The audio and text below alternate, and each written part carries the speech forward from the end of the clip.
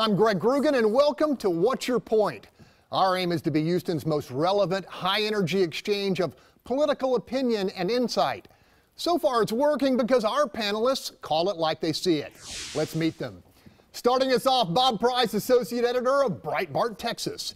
Next up, Houston attorney and progressive commentator Nyanza Moore. In the 3 spot, veteran TSU political analyst Jay Iyer. Batting cleanup, Marcus Davis, radio host of Sunday Morning Live. Next up, highly regarded political reporter Doug Miller, now serving on the Houston Chronicle's editorial board. And closing us out on the hot corner, longtime Houston-Suber neighborhood leader Tomorrow Bell. Okay, let's roll.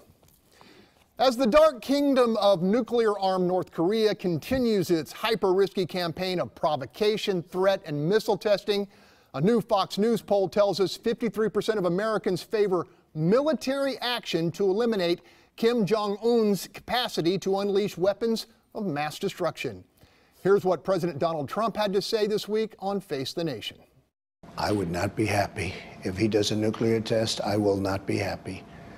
And I can tell you also, I don't believe that the president of China, who is a very respected man, will be happy either. Not happy mean military action? I don't know. I mean, we'll see. I'm wondering if the poll asked whether they know that North Korea has 9 million soldiers. Jay Iyer, your thoughts? Yeah, I think this is sort of classic President Trump saber rattling. He plays this sort of back and forth where he says he's going to be friends with Kim Jong-un, then he says he's going to go attack him. Look, at the end of the day, it's a traditional posture.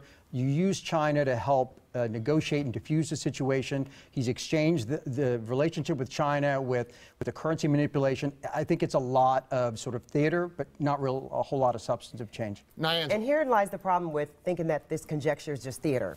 Any time that they don't expect you to come at them is when they come at you. We can never underestimate an insane opponent who will do anything to get our attention. He's gotten our attention loudly, very clearly. So this is exactly what he wants, to be visible on the world stage. And the next thing you know, when we threaten, cross this red line, do another nuclear test and see what happens, what's going to happen? Are we going to go to nuclear war?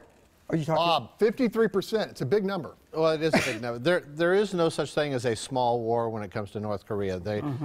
You have massive numbers of civilians that are within artillery range of North Korea, massive numbers of soldiers on the border lined up on both sides, ready to go at a moment's notice. The key is finding a way. And Donald Trump, this was very underreported. Donald Trump got the president of China to do something that hasn't been done by any other president.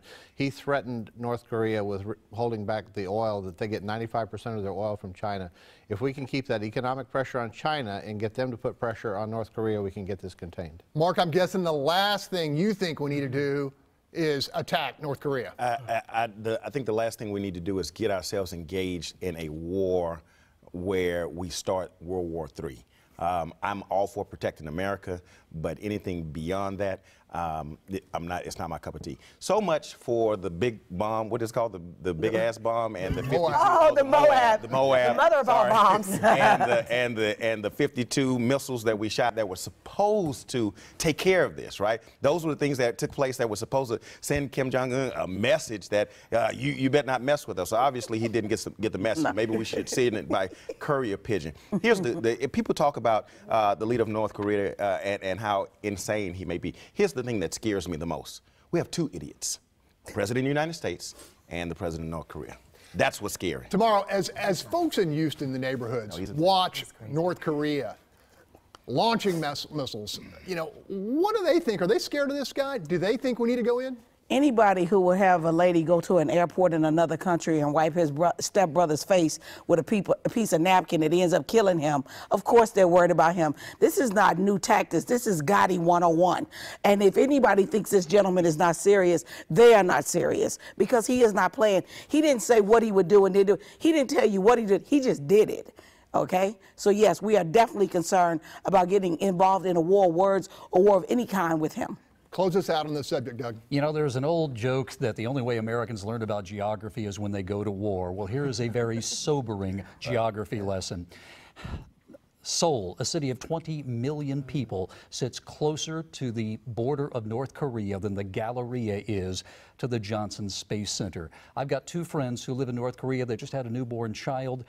They've got 400 artillery pieces aimed at the city where they live.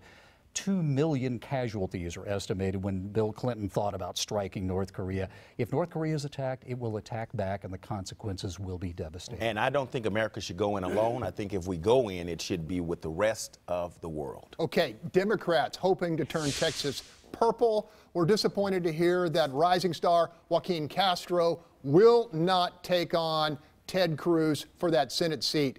Bob, what do you think of that?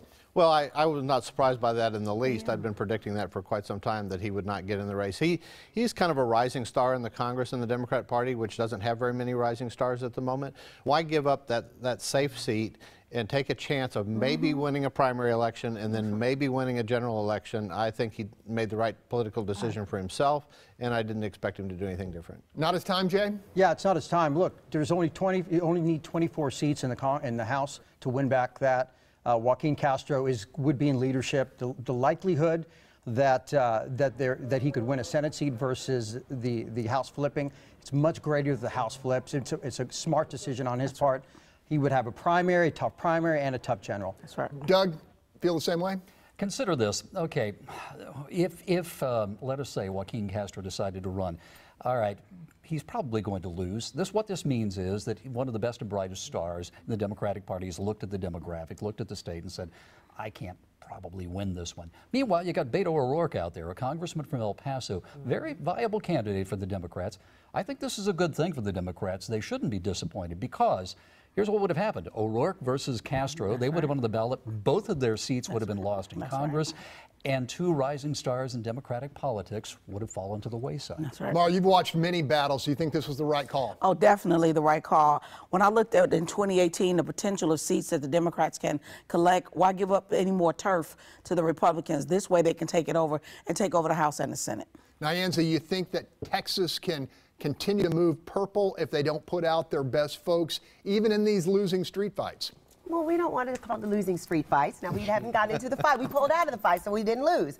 But I do think that Texas will turn purple, and I do believe that smart decision-making early on, knowing when to hold back and knowing when to push forward, is what's going to cause this state not to just turn purple, but blue. 15 seconds, Mark. Yeah, I don't think the Democratic Party's interest is turning it purple. I think Nyanza is, unfortunately, their goal is to turn it blue, which I hope does not happen. And I don't know if the reason Castro pulled out was because it was savvy or sophisticated. The Democratic Party has shown that they are spineless. They are weak. That's why the Republicans whipped their butt time and time again. I think it was a lack of cojones, more so than anything. Wow, we're going to leave it right there. Up next, the segment we call Bones of Contention. Issues our panelists are itching to get their teeth into. What's your point? We'll be right back. Spineless.